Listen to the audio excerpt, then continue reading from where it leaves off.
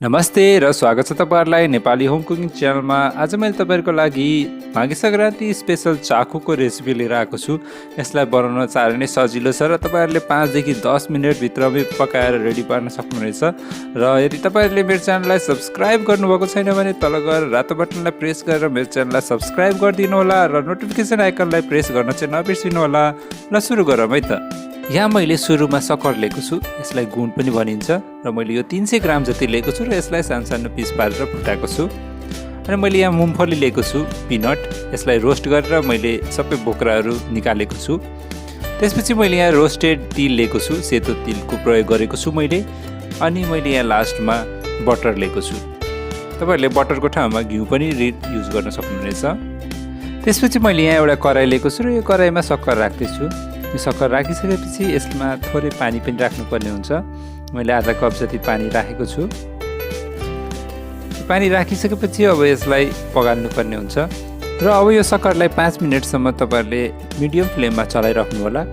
र यदि तपाईहरुलाई तिलको लड्डु र भुजाको लड्डुको रेसिपी हेर्नु छ भने माथि कार्डमा मैले लिंक दिएको छु र तल डिस्क्रिप्सनमा पनि मैले लिंक हालिदिएको छु। तपाईहरुले हेर्नु होला र तपाईहरुलाई पक्कै पनि मन पर्नेछ। र हाम्रो यो सक्खर पनि पुरै पग्लिसकेको छ र अब यो सक्खरलाई हामीले छान्नु पर्ने हुन्छ। यसमा भएको फोरहरूलाई छानेर अनि मात्र चाकु बनाउनु पर्ने हुन्छ। मैले यहाँ छान्ने युज गरेको छु र यसमा मैले खन्याउँदै छु र हेर्नुस् त कस्तो फोर निस्किएको छ। अब यो सक्खरलाई मैले फेरि कराईमा राखेको छु र यसपछि मैले हिट अन गरेको छु र अब यसलाई फेरि बोइल गर्नुपर्ने हुन्छ।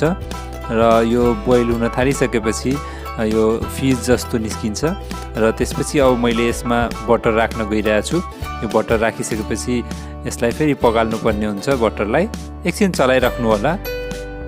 अब हाम्रो सक्खरको कलर पनि चेन्ज हुन थालेको छ र यसमा अब मैले पिनट राख्दैछु, हाम्रो मुम्फली, यो रोस्टेड मुम्फली मैले युज गरेको छु। यो पिनट यो सक्खरमा राखिसकेपछि यो सक्खरलाई अब हामीले डार्क ब्राउन कलरको हुन्जेलसम्म पकाउनु पर्ने हुन्छ। तपाईहरुले डार्क ब्राउन कलरको बनाइसकेपछि पनि पिनट हाल्न सक्नुहुनेछ र अब यसलाई एकछिन चलाउनु होला र यो हाम्रो सक्खरको कलर पुरै डार्क ब्राउन हुन थाल्छ र धेरै नै थिक कन्सिस्टेन्सीको बन्छ। अब हाम्रो यो सक्खर चाकु बनाउनलाई रेडी भइसकेको छ र त्यसको लागि मैले एउटा प्लेट लिएको छु। यो प्लेटमा मैले ग्रिसिङ गरेको छु तेल युज गरेर र अब यो चाकुलाई मैले यसमा खन्याउँदैछु र यो सक्खरलाई अब तपाईहरुले कतिको मोटाई राख्नुपर्ने छ त्यही अनुसार यो प्लेटमा खन्याउनु होला।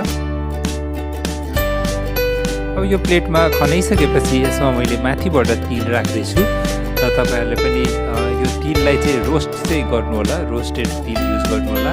मैले यहाँ सेतो तिलको प्रयोग गरेको छु। अब यो तिल स्प्रिङ्कल गरिसकेपछि यो प्लेटलाई हामीले 4 या 5 घण्टासम्म यतिकै सेट गर्नलाई राखिदिन्छौँ र मैले यहाँ एउटा प्लेट रेडी पारिसकेको छु र अर्को प्लेट पनि रेडी पार्न गइरहेको छु। त्यसको लागि फेरि मैले यो प्लेटलाई ग्रिसिङ गरेको छु र त्यसै गरी मैले फेरि यो सक्खर यसमा खन्याउँदैछु र तपाईहरुले मोटाई कतिको राख्ने भनेर आफैले डिसाइड गर्नु होला। दुईवटै प्लेटको चाकु अब मैले रेडी पार्नलाई राखिदिएको छु। मैले यो पुरै रात राखेको थिएँ चाकुलाई र अब यो प्लेटबाट निकाल्न पनि धेरै नै सजिलो छ। तपाईहरुले अलिअलि हलाउनु होला तलतिरबाट र यो चाकु आफै निस्किन्छ। हामीले तेलको प्रयोग गरेको हुनाले यो चाकु मजाले निस्किन्छ। अब यो चाकुलाई तोडेर देखाउँछु म तपाईहरुलाई। हेर्नुस् त कति क्रिस्पी यो चाकु बनेको छ। हाम्रो भित्रको पिनट बदामहरू कति मजाको देखिरहेछ।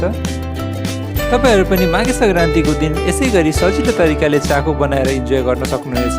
यदि तपाईहरुलाई मेरो यो भिडियो राम्रो लागेको छ भने यो भिडियोलाई लाइक र शेयर गरिदिनु होला। अनि यदि तपाईहरुले मेरो च्यानललाई सब्स्क्राइब गर्नुभएको छैन भने तल गएर सब्स्क्राइब पनि गरिदिनु होला अनि नोटिफिकेसन आइकनलाई प्रेस गर्न चाहिँ नबिर्सिनु होला।